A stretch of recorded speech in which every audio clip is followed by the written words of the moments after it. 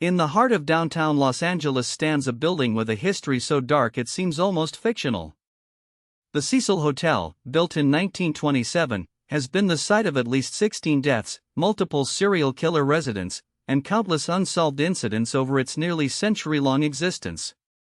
In January 2013, a 21-year-old Canadian tourist named Elisa Lam checked into the Cecil Hotel alone. She would never check out. Her case would become one of the most discussed mysteries of the internet age. Elisa Lam was a student at the University of British Columbia in Vancouver, Canada.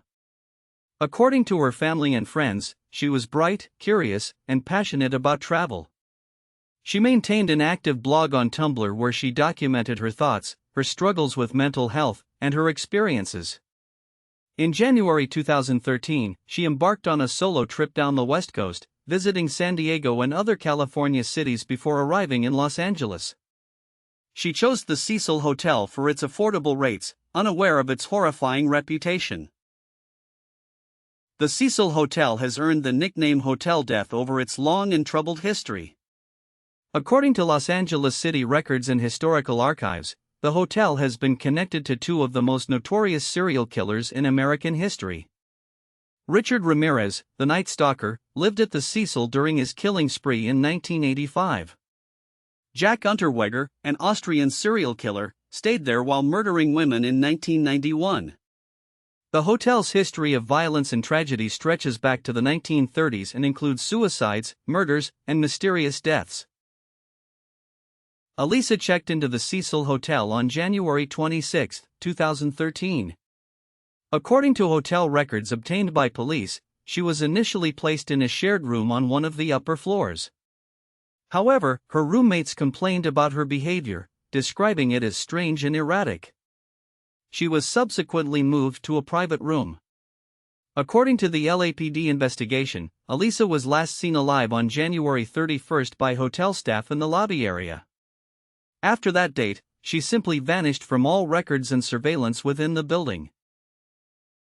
When Elisa failed to check out or contact her family, her parents in Vancouver grew alarmed and called the Los Angeles Police Department. According to LAPD records, a missing persons investigation was opened on February 6, 2013. Detectives searched the Cecil Hotel from top to bottom, including the roof, which housed 4 large water cisterns that supplied the building's water system.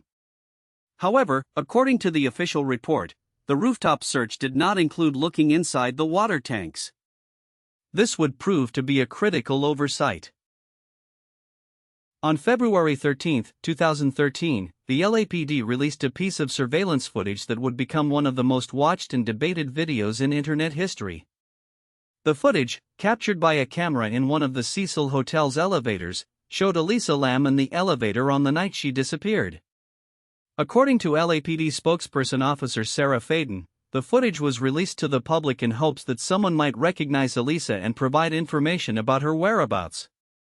No one was prepared for what the video showed. The elevator footage shows Elisa entering the elevator and pressing multiple floor buttons. She then appears to wait for the elevator doors to close, but they remain open. She steps out into the hallway, looks in both directions as if checking for someone, then retreats back into the elevator. Her movements become increasingly agitated and bizarre. She appears to be talking to someone who is not visible on camera. She makes strange hand gestures, waving her arms in unusual patterns. The doors remain open throughout the entire sequence. The footage continues for approximately 4 minutes. According to the timestamp on the surveillance video, the incident occurred on January 31, 2013. Elisa eventually steps out of the elevator and moves to the left, out of camera view. After she leaves, the elevator doors finally close and the car begins moving through floors normally. The video was edited by the LAPD before release, with a portion slowed down. The department stated this was done for clarity purposes, though conspiracy theorists would later question whether portions had been deliberately removed. The elevator video went viral within hours of its release, garnering millions of views across YouTube and social media platforms. According to media analytics, it became one of the most discussed pieces of surveillance footage in internet history. Viewers were deeply disturbed by Elisa's behavior. Theories proliferated wildly. Some believed she was being pursued by an unseen assailant. Others suggested she was experiencing a psychotic episode. Some even proposed supernatural explanations, pointing to the Cecil Hotel's dark history as evidence of paranormal activity. 19 days after Elisa was last seen alive, guests at the Cecil Hotel began complaining about the water. According to maintenance reports and guest complaints filed with the hotel, the water pressure had been unusually low, and the water itself had a strange taste and a dark, unusual color. Some guests reported the water had an odd smell. On February 19, 2013, a maintenance worker was sent to the rooftop to inspect the hotel's 4 water cisterns. What he found inside one of the tanks would horrify the nation. According to the Los Angeles Police Department report, the maintenance worker discovered the body of Elisa Lam floating in one of the hotel's rooftop water tanks. She was unclothed, with her personal belongings, including her clothing and identification, floating in the water beside her.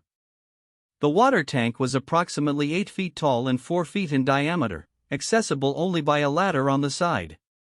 The tank's heavy lid was reportedly open when the body was found, though conflicting reports would later emerge about whether it was fully or partially open. The discovery raised immediate and deeply troubling questions. According to building records, access to the Cecil Hotel's rooftop was restricted. The roof was accessible only through a locked door that triggered an alarm when opened, or through a fire escape. According to the LAPD investigation, there was no record of the roof alarm being triggered around the time of Elisa's disappearance. How did she reach the roof? How did she get into the water tank? And if someone else was involved, how did they bypass the building's security systems? The Los Angeles County Department of Medical Examiner-Coroner conducted an autopsy on Elisa Lam's body. According to the official autopsy report, released months later, the cause of death was determined to be accidental drowning. The manner of death was classified as accident. The report noted that bipolar disorder was listed as a significant contributing condition. Toxicology results showed that Elisa had therapeutic levels of her prescribed medications in her system, including mood stabilizers and antidepressants. No alcohol or illegal drugs were detected. The official ruling of accidental death was met with widespread skepticism. According to critics and online investigators, several aspects of the case did not add up. How could a woman accidentally climb into a water tank that required navigating to a restricted rooftop, climbing a ladder, opening a heavy lid, and then entering the water? The tanks were not easy to access and would have required deliberate effort to enter. Some experts argued the accidental drowning ruling was premature and that the investigation had not adequately explored all possibilities. Elisa's mental health history became a central element of the investigation. According to the coroner's report and her family's statements, Elisa had been diagnosed with bipolar disorder and depression. She was prescribed multiple medications to manage her conditions. Her Tumblr blog contained candid discussions about her struggles with mental illness, including episodes of mania and depression. Some experts suggested that the elevator footage showed behavior consistent with a manic or psychotic episode, which could explain her erratic movements and apparent conversations with no one. According to psychiatric experts consulted during the investigation, individuals experiencing acute manic episodes can exhibit exactly the type of behavior seen in the elevator footage. Pressured speech, grandiose or paranoid thinking, impaired judgment, and erratic physical movements are all consistent with mania. If Elisa was in the midst of such an episode, she may have accessed the rooftop through impulsive exploration and entered the water tank without understanding the danger. The open lid could have closed behind her, trapping her inside with no way to climb out. However, the mental health explanation does not satisfy everyone. According to independent investigators and journalists who examined the case, the physical challenges of reaching the water tank remain difficult to explain. The rooftop was accessible only through alarmed doors or an exterior fire escape.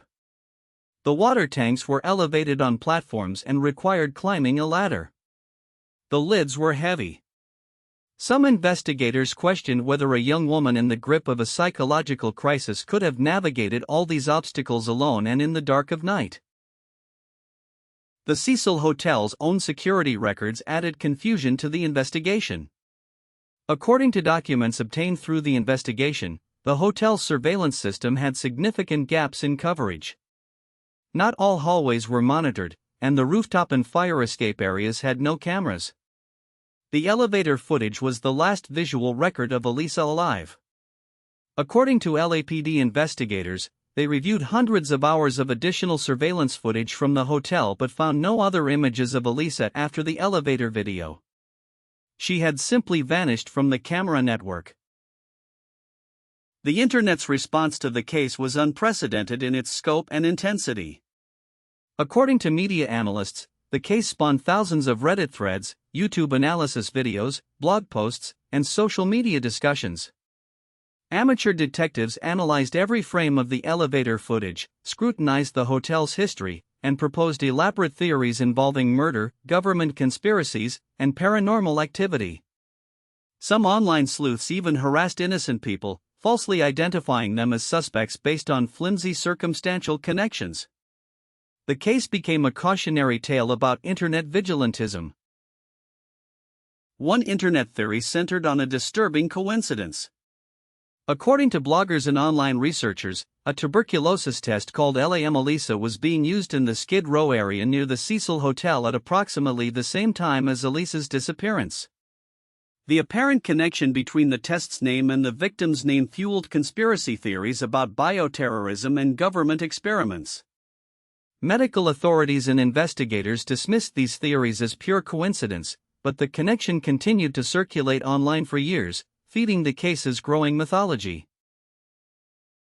A musician named Morbid was falsely accused of involvement in Elisa's death by internet investigators. According to news reports, the man, a Mexican death metal artist who had stayed at the Cecil Hotel months before Elisa's visit, was subjected to intense online harassment after amateur sleuths connected him to the case based solely on his dark musical persona and his history of staying at the hotel. He was eventually cleared by police, who confirmed he was not even in the country at the time. The false accusations nearly destroyed his life. In 2021, Netflix released a 4-part documentary series titled Crime Scene: The Vanishing at the Cecil Hotel. According to the filmmakers, the series aimed to examine both Elisa's case and the broader history of the Cecil Hotel within the context of downtown Los Angeles. The documentary featured interviews with hotel staff, investigators, and journalists, and provided a comprehensive look at the building's troubled past. It also addressed the role of internet culture in shaping public perception of the case, including the harm caused by online speculation. The documentary revealed new details about the hotel's security lapses. According to former Cecil Hotel employees interviewed in the series, the roof alarm was frequently disabled because it was triggered too often by hotel guests trying to access the roof for views of the city. This revelation significantly undermined one of the central mysteries of the case: how Elisa reached the rooftop. If the alarm was routinely turned off, she could have simply walked through the door without detection, particularly during the late-night hours when staff was minimal. According to the Los Angeles County Medical Examiner-Coroner's final report, the investigation took into account Elisa's documented history of bipolar disorder, the evidence of her medications in her bloodstream, the behavior captured in the elevator footage, and the physical evidence at the scene. The report concluded there was no evidence of foul play, no evidence of trauma beyond drowning, and no evidence of assault. The official determination remained accidental drowning with bipolar disorder as a significant condition. The case was closed. Elisa Lam's family has sought to preserve her memory beyond the circumstances of her death. According to media reports, her parents established a foundation in her name and have asked the public to remember Elisa for who she was, a curious, thoughtful young woman who loved travel and literature, rather than as a mystery to be solved. Her Tumblr blog, which was set to automatically post scheduled entries even after her death, continued publishing for months, creating an eerie digital afterlife that added another layer of poignancy to an already heartbreaking story. The Cecil Hotel itself has undergone a transformation in the years since Elisa's death. According to Los Angeles City records, the building was renovated and partially rebranded as Stay on Main, an attempt to distance the property from its dark reputation. However, the Cecil Hotel name persists in public consciousness. Dark tourism has turned the building into a macabre attraction, with visitors photographing the exterior and the rooftop water tanks. The hotel has become inseparable from the tragedies that occurred within its walls. According to mental health professionals who have commented on the case, Elisa's story highlights the vulnerability of individuals with mental illness, particularly when traveling alone. Bipolar disorder can cause episodes that are unpredictable and dangerous, especially if medication routines are disrupted by travel. Some experts have suggested that the time zone changes, irregular sleep, and unfamiliar environment of solo travel may have triggered the episode that led to Elisa's death. Her case has become a catalyst for discussions about mental health awareness and travel safety. The water contamination aspect of the case remains deeply disturbing. According to Los Angeles County Health Department records, the Cecil Hotel's water supply was potentially contaminated by Elisa's remains for up to 19 days before her body was discovered. During that time, hundreds of hotel guests used the water for drinking, bathing, and cooking. Health officials conducted tests and stated there was no significant health risk, but the psychological impact on guests who learned the truth was profound. Several guests later sued the hotel. Elisa Lam's case exists at the intersection of real tragedy and internet mythology. According to scholars who have studied the case's cultural impact, it represents a new type of true crime phenomenon, one where the line between legitimate investigation and entertainment becomes dangerously blurred. The viral elevator footage transformed a young woman's death into content, consumed and analyzed by millions who never knew her. Her story is a mirror reflecting our own fascination with darkness and our sometimes reckless pursuit of answers at the expense of human dignity. Today, the elevator footage continues to circulate online, still generating new theories and discussions years after the case was officially closed. According to the LAPD, no new evidence has emerged that would warrant reopening the investigation.